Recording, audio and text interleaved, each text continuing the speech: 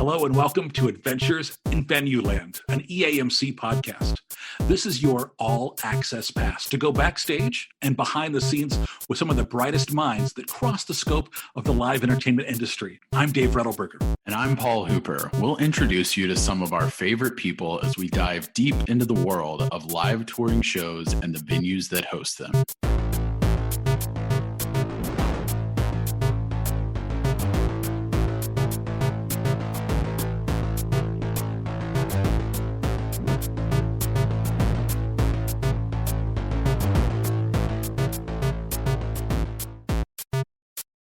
Charlotte, North Carolina is our destination today for our adventure. And we're going to check in with the Senior Manager, Marketing, Advertising, Promotions, and PR for Spectrum Center's concerts and special events, Ereka Brim. Welcome. Thank you. I'm happy to be here. So excited to talk to you today. And as we record this, right, you are about a week back into the office, or this is your first week back in. How are things going? What's it like readjusting for those of us who haven't gone back in yet? How's the process been for you? Well, this was our official first week back. I've gone in a couple of times just, to grab things, folders, or catch up on things while, it was quiet. But I have to admit, it was a small emotional moment on Monday to see all of my teammates and to just the energy. The energy is what I realized what I missed so much. And so, without just the little small things that will eventually get there, me finding things that I hid from myself, it's just been an awesome week. I remember that first time sitting back down at my desk. And literally, I looked up at the calendar that I had on the wall, and I have a giant 2020 wall calendar with all the shows on it that had at that time were still live. I still had my pass list from our last concert sitting on my desk, and it was like it was like stepping back in time. You're right, frozen memory. Yeah, it was, and it was such a good feeling to be back and seeing people face to face. So, congratulations on the return to the workforce. Thank you. So, what has the last year been like? How have things been going in Charlotte? Let's see. It was just a work in progress on every single, end, professionally, personally. We just didn't know what was going to happen from one day to the next. And this is when you really have to give credit to leadership, because our team lead did a very good job of trying to communicate with us, trying to keep us motivated, but we really just didn't know, from day to day, week to week, what was going to happen next. So we all just had to operate in the, no pun intended, arena of it's all going to be over soon, and we'll see each other soon, and we just can't wait to get back to work. We had to stay in that mind frame. Sure. You got to keep positive and keep moving forward, because it's so easy to get, overwhelmed with everything that was coming over in the last year. Crazy. And then on a personal level, again, we talked earlier, I have a 13-year-old son. He turned 13 this year, so it was last year 12. And it was the first time I ever realized, it seems like we're always together, but it was the first time that I really became aware of we're together, but we're always going to do something, right? He plays every sport. It was always some extracurricular, activity. This is the first time we had uninterrupted time every single day, 7 days a week, a day. And we learned a lot. Yeah, I'm sure. Get your mind in a 13-year-old boy's world for a bit. Oh, man. Yes. So that was very interesting. The part that I find grateful about that, I feel like some of the things that I learned and started to understand, I'm like, I don't think I probably would have been aware of this until you were 21. So thank goodness for that bonding. We're talking about your son, right? Yes. TJ? TJ. Yeah, tell us about TJ and how he's been doing with mom with the arena life from home. He wanted to move on several different occasions. He was trying to break out of here on several different occasions. TJ is just I can't even put it into words. He is just, if you ever get the chance to meet him, he is a walking ball of energy. You know, he's almost like this little adult. And I really have to say, he was like my first introduction. I've heard these things for years, like energy never dies, it just transfers. I swear he is a mixture of so many different ancestors from our family, because he'll say things and do things, and I just have to stop and look for a moment Yep. to make sure, because it sounds so familiar. And he's just awesome, you know, but he's going through this age of he's identifying who he is and trying to figure out his identity. And so, you know, here we go. Growing pains.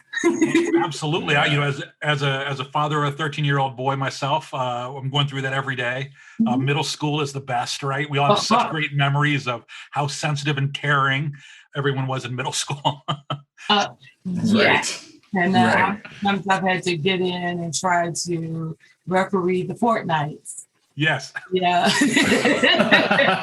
The NBA 2K, some of the things that have happened in here, like, what just happened?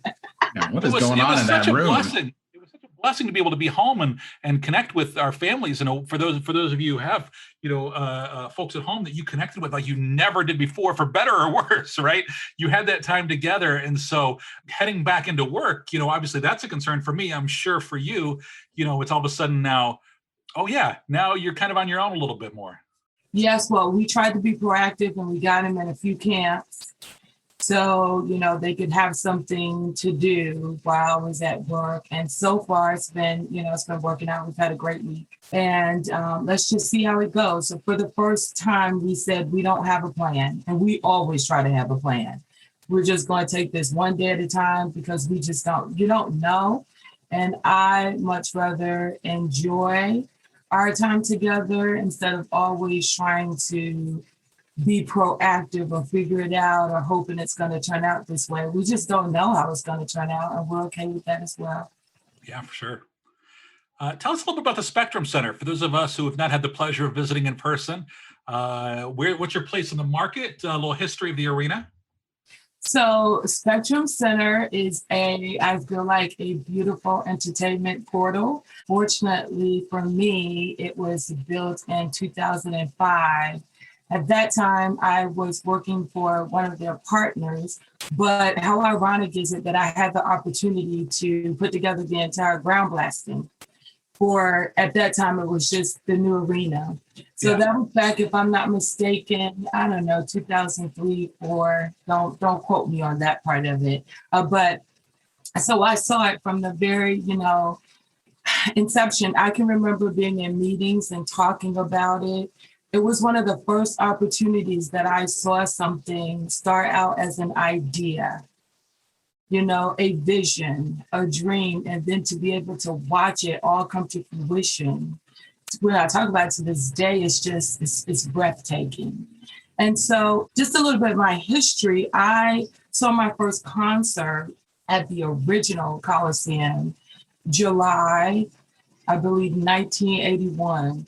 It was the Jacksons and Stacey Lattisaw. So we were at one of the, what was it, Paul? One of the EAMC, what's the little after hours? Yeah, mixer. So I showed up at one, we all in a breakout room, and we were all in there, and everybody was saying like their first concert. And that's the first time I really dated myself. And my group was like Britney Spears. Yeah, right. With such and such, and I was like, "Oh, the Jacksons." Somebody recently, one of those told me their first concert was Ariana Grande, and I was like, "Oh no, oh no." How old are you again? Yeah, exactly. I would say this was the OG moment of so. With that, I always wanted to work at the Coliseum. I remember being at that show. I remember we sat in section 111. We sat in row A, and I remember manifesting at 11 years old, I'm going to work here. I really want to work here. I just thought it was so exciting. And so I always wanted to work at Spectrum Center. We always wanted to be there, and the steps that I had to take to get there every day when I'm leaving out or to go to work or either to go home, I'm thinking, wow, it's amazing that it just begins with a thought and just keep going, you know? Well, and I know Spectrum Center is kind of known for a number of us as setting the bar a little bit on like artist welcomes and some other things. You know, I've had some PDFs cross my email a few times of, well, look what Spectrum Center did for this event. Yeah, and you're it's killing like, us. Oh, man, You're killing us, set the Rika. bar so high that I'm like, well, what am I supposed to do to keep up with that? You know, like. Shout out to our GM, Donna Julian. I have to give her a plug because she most certainly allows me to use my creativity, but she has an operations background. So she's also standing there like, don't spend another dime. But make it great. Make it great. Do you have a favorite example of something fun you did? Well, you know, we're all in on it. One of our greatest, I'm trying to think, it's just been so many. One thing that we did that I was really proud of when Oprah Winfrey came, we created her Super Soul Garden that she had on her show. So we tried to do this replication of that. You know, backstage, we bought some green carpet and did a little, you know, green grass wall background. And then my goal was I wanted to incorporate some sort of like farmers market type of, you know, food, because of course it was the Weight Watchers event tour that she was the host for it. But the event planner that we used came up with this great concept. She put these podiums out. We were able to put all these Weight Watcher snacks, and we had all these fresh flowers. So at the end, we took the flowers, and as guests were leaving, we were giving some of the ladies the flowers to take home. Oh, nice. You know, so that they could have a great takeaway after the event. And we were just so excited that she was there. Like, one of my favorite books is A Wrinkle in Time. So when we remade that movie and she was in it, I just, in my mind, that's who was showing up, you know? And we were just most excited. That was one of the best days, and the energy in the arena was just like on 10. And I also remember Travis Scott. My son is a huge fan of Travis Scott, and we just went all out for that one, and how we just tried to incorporate creativity. And with that, thinking about looking at other arenas, I was on Barclays Center at the time, and I was like, oh my gosh, they're killing it. This is awesome. They have this little baby Lamborghini. I was just, how can we top this? You know, so it's always fun to see what everyone else is doing and then building from that, you know? And same with Pink. Pink was awesome. A lot of the ladies in the building are huge Pink fans. So that was a great collaborative effort where we all came together and everybody had something to throw in there to say, you know, here's what I want to contribute. And it most certainly helped me with delegating and learning how to delegate and really understanding how the event can be good, but it's great if you allow everybody to come in and help you bring it all to fruition.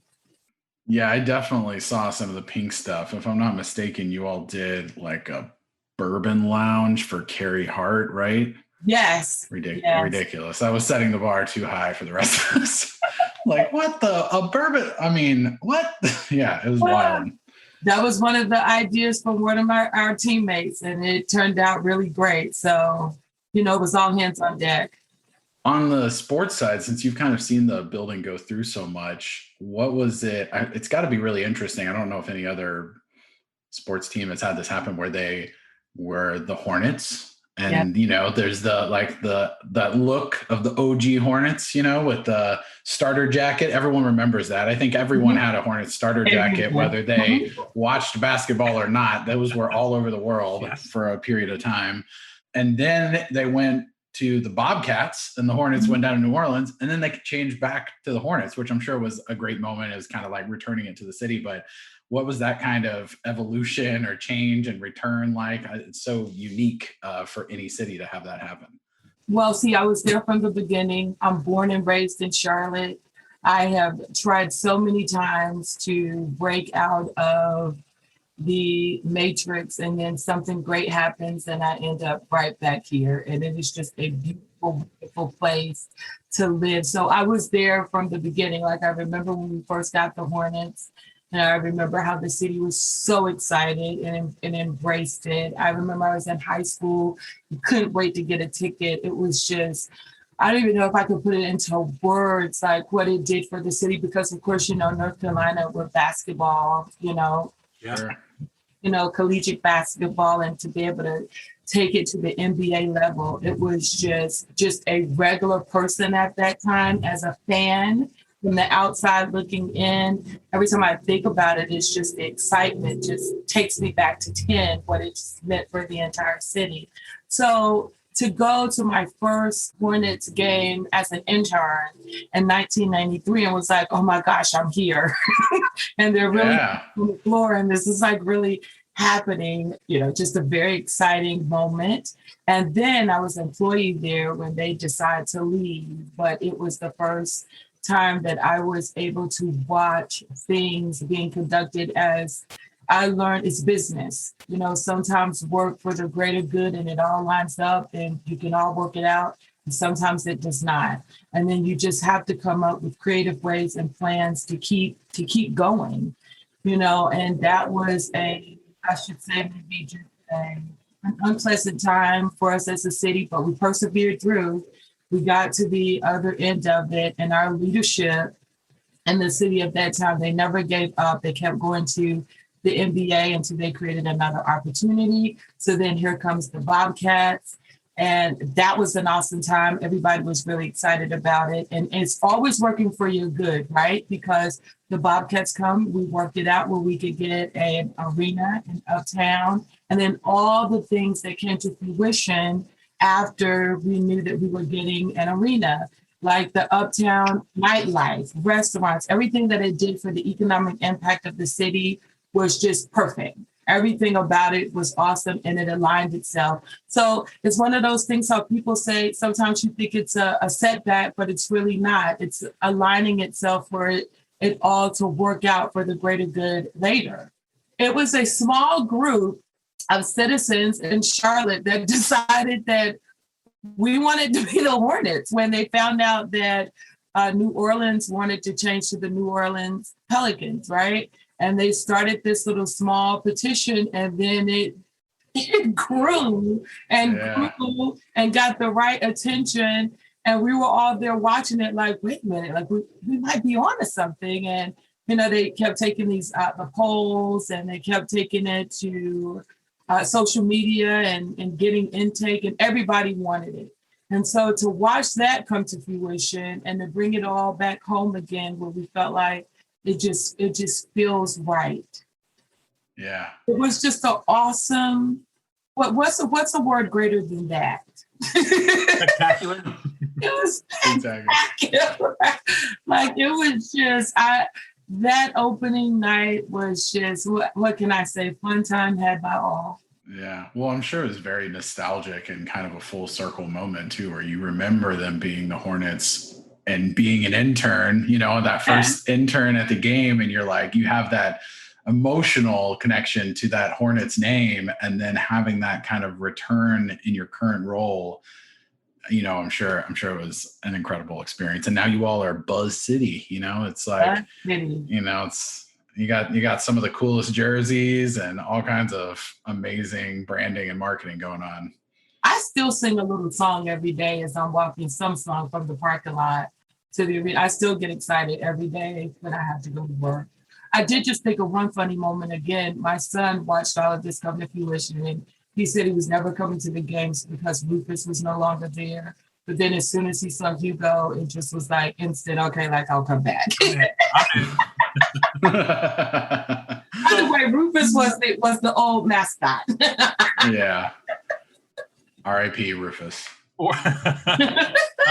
For those who are listening here, tell us a little about your role currently, because I know in 2019 you kind of had a transition. So walk us through the timeline of kind of what you've been doing there at Spectrum Center and with AEG, and in this role specifically, and kind of where you're at now. So it's so ironic how things happen. And we all know in our end of the business, everything is based on someone may share your name with someone and it's like, okay, let's try it. So here's a little walk down history.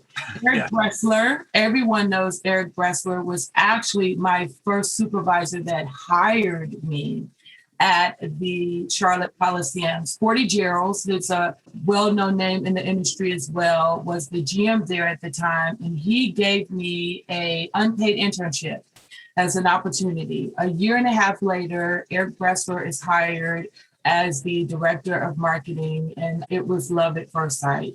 Some of the things that we experienced together when we need some sort of comedy special. Let me just say that. So, so I've known Eric, if I'm not mistaken, since maybe 1995. It may have been as early as 1994. So all those years, Eric ends up leaving. I can't remember where he went first, but we've never lost contact. We always find a way to, check in on each other, see how the other one's doing. So something happened. The marketing contact at Spectrum at the time left. And they didn't have anyone there. And I was at that time working as a consultant. I had left my other position from my old job, and I was trying to become acclimated with being a mom and trying to balance still working. I was trying to figure out how can I make it all work together. So Eric called me one day and said, hey, we have an opportunity. Wonder if you could go over to Spectrum and help out Donna and her team for 3 months till we figure out what we want to do next. Just and 3 months. We'll just kind of go from there. And I was like, sure, because I already had a relationship with them. They had worked with me on one of the largest basketball tournaments we had ever done in the city. And it had been very, very successful. So I was over there a lot, And so I was like, okay. So I went, I believe it was like August of 2013. I was supposed to just stay until December of 2013. And then 8 years later, here we are.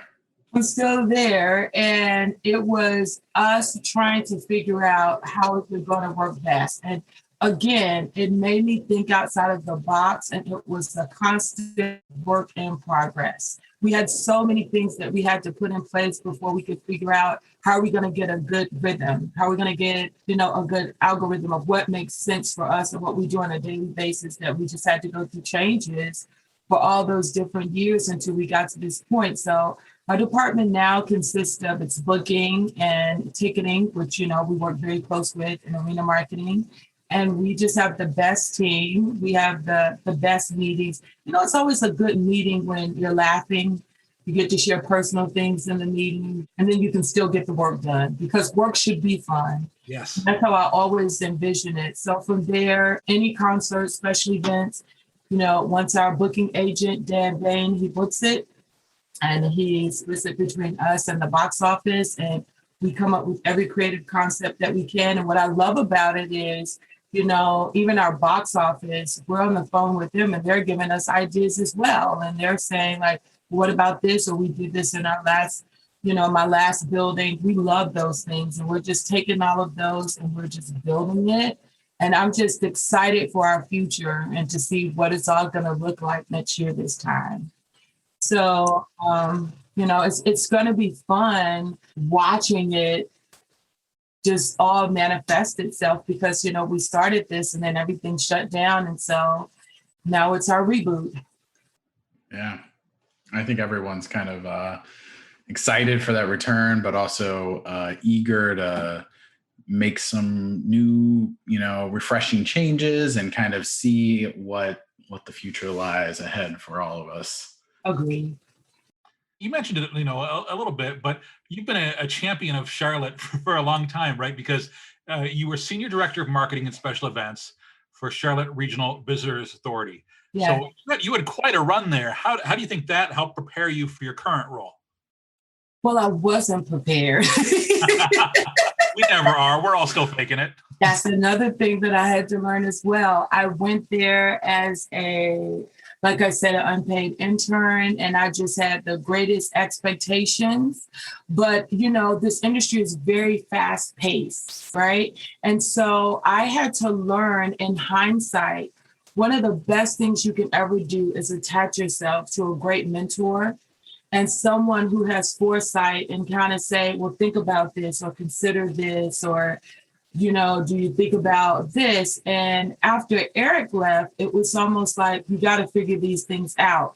Let me go back to one. I have to put a pin in that and go back. I did have another great mentor in that. Sure. Her name is Wendy Oglesby. Wendy works now. I think she might be the VP of marketing for Blumenthal, which is our smaller venue for performing arts in Charlotte. And Wendy did a great job in my career preparing me as it relates to technology, as it relates to learning different computer programming and different things just to make it all easier. So she created this life of learning for me and created an opportunity for me to always do research and try to figure out, is this an easier way to make everything happen? But then with that, it's so many other things that play a role in the middle of that no one really can prepare you for.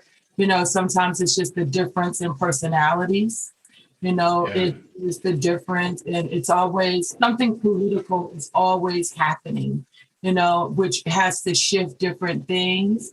And when I was experiencing those things, I can remember at that time in my life feeling like I always try to give people a visual. So don't you remember on Sesame Street when they used to have the little things, one of these things don't belong here? These things is not like sure. Yeah. That's what I used to feel every day, every single day. Going to work, I would be in the car driving, trying to figure out, now, how am I going to fit in? How am I going to make this work? But what I look like, right, doesn't make you think I would be afraid of anything. I had to figure that out during the pandemic as well. So, I'm a statuous, female. I'm like 5'9". And I've, been raised in the South, and we've been taught, that's fine. That's just how we are. I come from a family that's very, confident, and made me feel like, well, that's fine. That's no problem. But I had to learn later on, sometimes for females, and especially I think, minority females, that if you look a certain way, then you're going to automatically be labeled a bully before you say anything, because you look like you wouldn't be afraid. You look like you may not need help, or you look like certain things, wouldn't hurt your feelings or wouldn't make you feel a certain way. And I did a very good job, or I didn't do a very good job of camouflaging, of making it seem like I was that person, and I was not. There were days that I can be so honest and transparent that I would just sit in a parking lot and just cry. Yeah, sure. Before I had to actually go in the building, because I was trying to figure out and find my way, and I couldn't do it. I could not do it. And it made me feel like, it's so many emotions and so many things to start to swim in through your head. But most of all, it also will make you react in a lot of situations, opposed to taking a deep breath and learning how to respond in those situations. And so I'm shocked that I survived as long as I did, but I did. And I was able to work there. I started out again as an intern, I believe imagine this, I just thought about something. My first day at work was September 11th, 1993. Imagine all those years later, every time that, the date comes up, I think about that as well, right? And I ended up leaving there, I think it was sometime around November 2011. And it was not like the transition that you want, but it had to happen. And I had to get to the other side of it. But while I was there, we built so many successful campaigns. We had so many great wins. And if anything different, I think that I would have done a better job here's another defining moment for me. So sometime, I don't know if it was when I was in high school or I went to college here, Barbara Scotia College in Concord, North Carolina, which is about 40 minutes, right, from my home. But while I was there, I ended up reading this book by these sisters called the Delaney Sisters. And they're actually from Mount Vernon, and I have a lot of extended family that's from Mount Vernon. And in the book, the women are basically saying for Black women, you have to be smarter. You're going to have to be stronger. You have to be wiser. You have to be 3 times of that. And I think that it created this thing in me that I could never say, I don't know. Or I could never be honest and say, I'm overwhelmed, or I have no idea. That made me feel like I was failing. And in hindsight, I feel like now if I had just been honest in a lot of things and said, I don't know if I can really do that. I don't know if, we have the bandwidth or everything that we need to make that come to fruition. I just kept going. I just kept going and kept going. And I just hit a wall one day, and it seemed like I hit a wall in every area of my life, in every area. But it also was the greatest opportunity where there was something in me that made me feel like I don't really want to focus on what happened. I want to try to focus on why did it happen? Because I don't want to have an experience like it again. And so I started doing all this internal research to get me to the other side, and it worked. Yeah. Talk to that young woman who's listening right now and who feels, she's new to the industry and she feels probably like you felt in, 1993 or 94. Obviously she's got a cell phone and access to a lot more stuff at her fingertips. But, what was the breakthrough for you? What helped you get to the point where you said, I'm not giving up. I'm gonna keep pushing ahead, and I'm gonna be stronger? I believe now that I learned this thing called behavior modifications, right? And it's based on things that we don't even realize that we've experienced as children. And it may be you watching a TV show, you listen to something on the radio.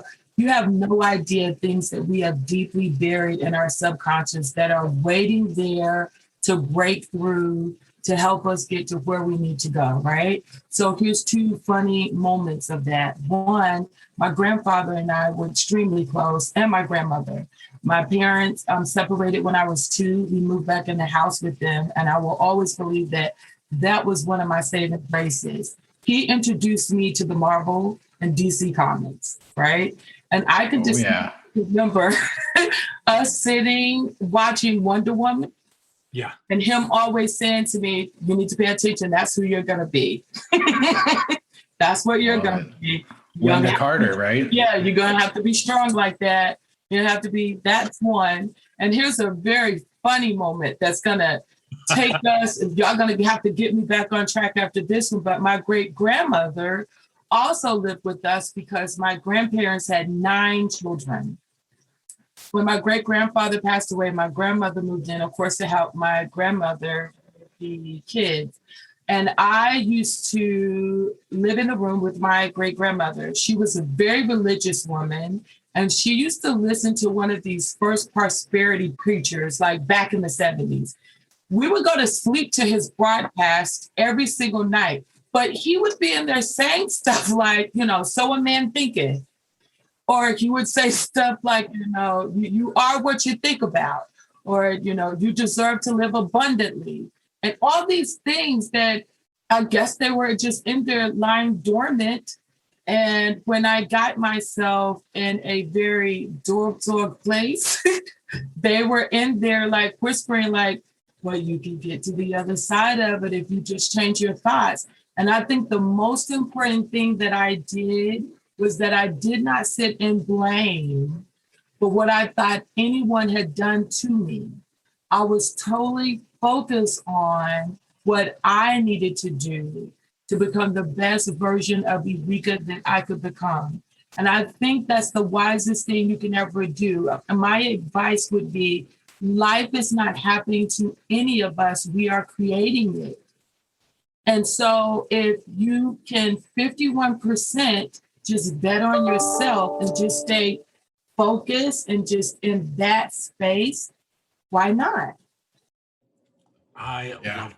Thank you so much for sharing. I know it's not easy stuff to talk about, right? But I think it's so important because, we have a chance to make things a little bit better, Yes. make the path a little bit easier to walk on for the next generation. And I know that's a main focus of mine, heading up EAMC. And I appreciate your work there. You're part of the diversity inclusion group there, and very recently, have joined our board, and I'm excited about that. But Thank you. one of the things you did, it looks like this is very recently, right? You just got certification in diversity, equality, and inclusion. So tell me about that process and what the certification process is like. So we have such a strong support group at work.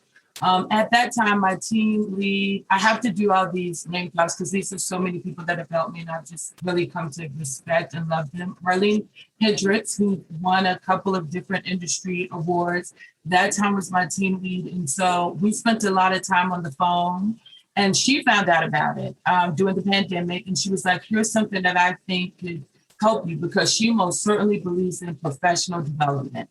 Any class, any podcast, anything you can listen to make you a better version of you, she's all for it, right? So she told me about it, and I was like, man, I kind of got my hands full just trying to keep us motivated, but something was like, you should do it. So it was a 7-week course, if I can remember correctly. It was given by the University of Florida, and I think you pronounce it there, Luma College. If I did that wrong, forgive me, but it was so interesting. From the very first course, I was hooked, because for the first time, not only did I have the terms to help me identify some of the things that I had experienced, I now had the tools, and the most important thing that it did is it also allowed me to understand some of my own biases and some of the things that I go into situations with a preconceived notion, or I've told myself, which I say I have this, sixth sense, or this whole gift of discernment of this is what it's going to be. I've been doing a better job of don't do that, because you really don't know, and don't always associate something to someone, because I feel that we all could probably do a better job if we open up our minds to not so much what a person may be, but why they're like that. I like that. Once you kind of hear someone's story, even if it's a short version of it, it allows you, and especially me, not to be so judgmental, or not to think that that was deliberately done as a slight towards me. It really opens up your mind to say, this is a person's defense mechanism. It has nothing to do with you, Ereka, the person. And the courses were awesome. And I went through all 7 weeks. I used to really get excited on Wednesdays because I was looking forward to what's going to be the topic, what they're going to talk about. And they made them so convenient. If you couldn't make it that, when the classes aired at 5, they were taped, you could go back and look at them. And so it made it work. And I just learned so much. And I felt like I started something, I completed it. So it, gave me a boost of confidence that here's something that I never even considered or thought about. But why not? Why not learn how to be a better version of you? And I most certainly think that you should take all those things from me and try to help someone else that might need it.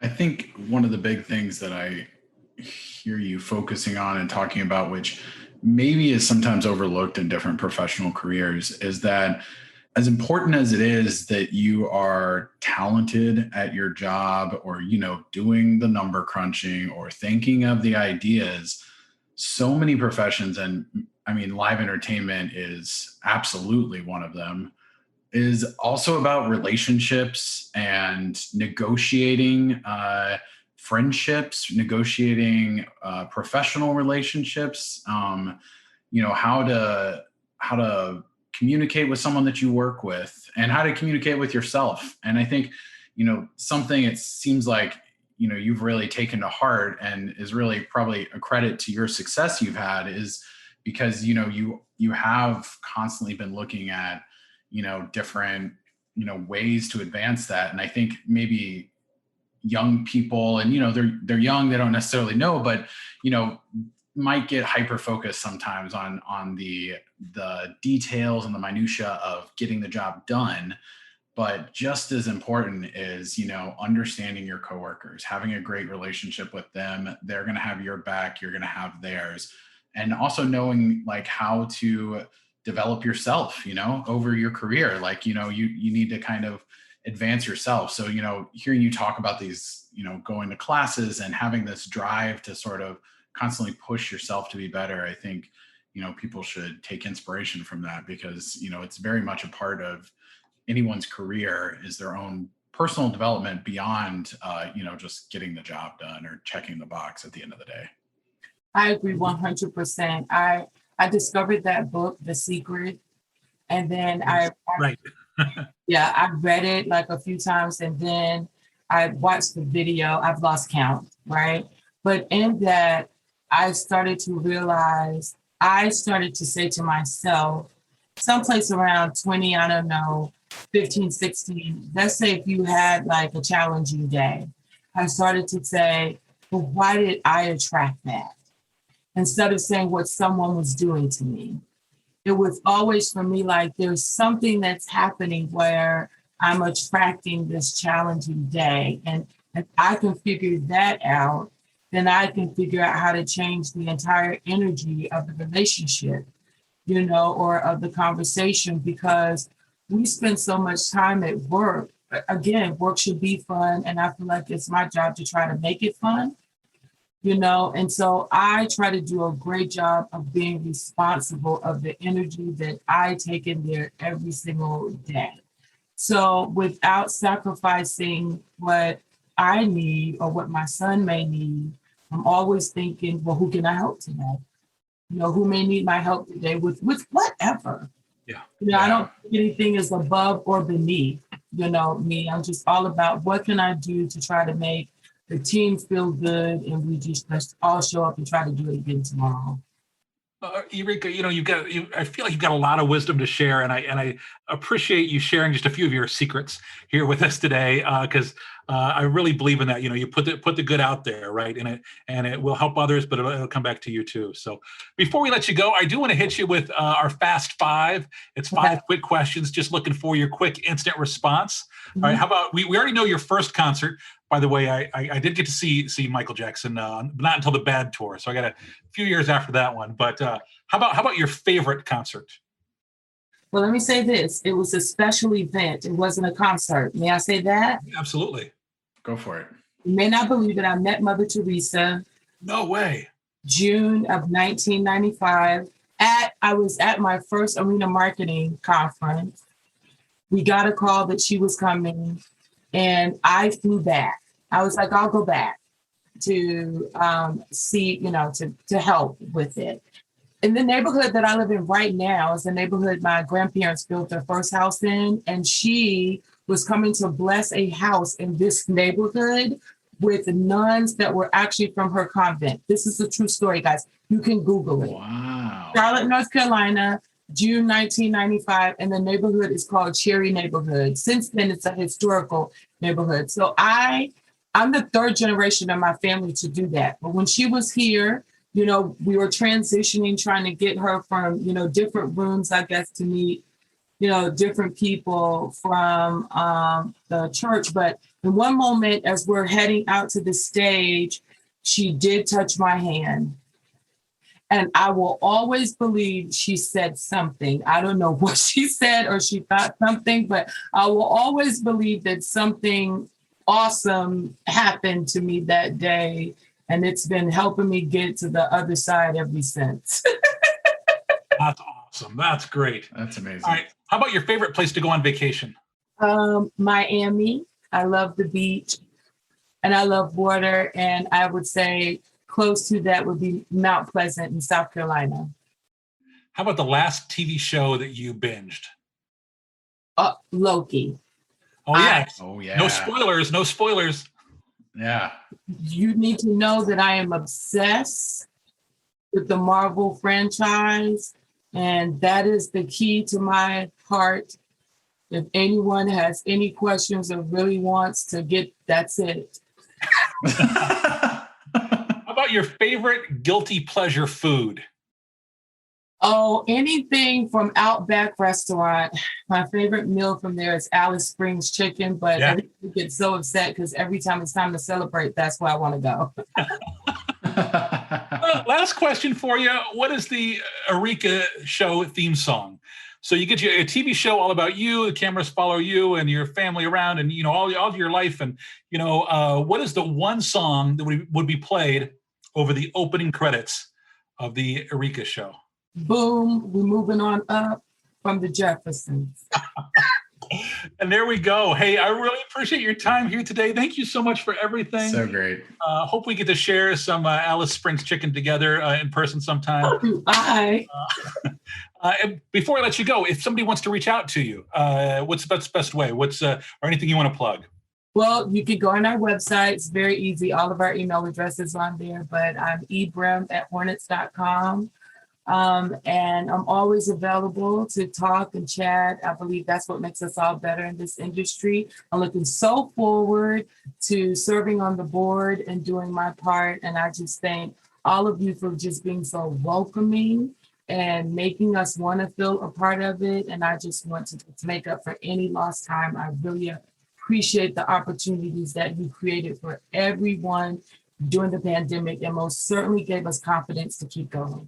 We're just getting started. Lots more great stuff to come. Thank you for the kind words. And thanks to everybody for listening to this episode of Adventures in Venueland. Remember, you can subscribe and find more episodes wherever you listen to your favorite podcasts. We'd love your 5-star reviews so you can help others find us. Until the next adventure, I'm Dave Rettelberger. And I'm Paul Hooper. Thanks for listening, everyone.